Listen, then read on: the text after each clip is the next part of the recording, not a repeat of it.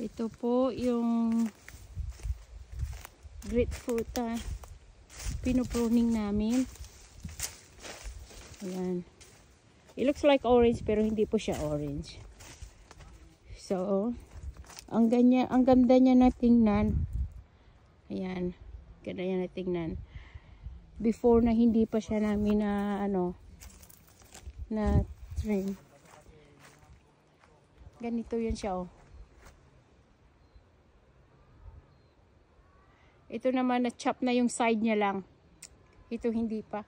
Saka ito yung namin, yung picking namin ito, it's around July. So also there's a lot of orange in the other side.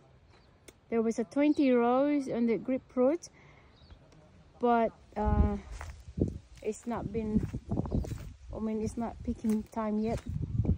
They're gonna chop it up one on the top because it should be the length or the height.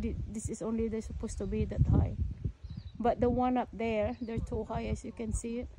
So they're going to chop that with the machine, but we're not gonna do it yet because there's a lot of fruits and we don't want really to waste the fruit. So that's it, guys. I'll see you in my next vlog.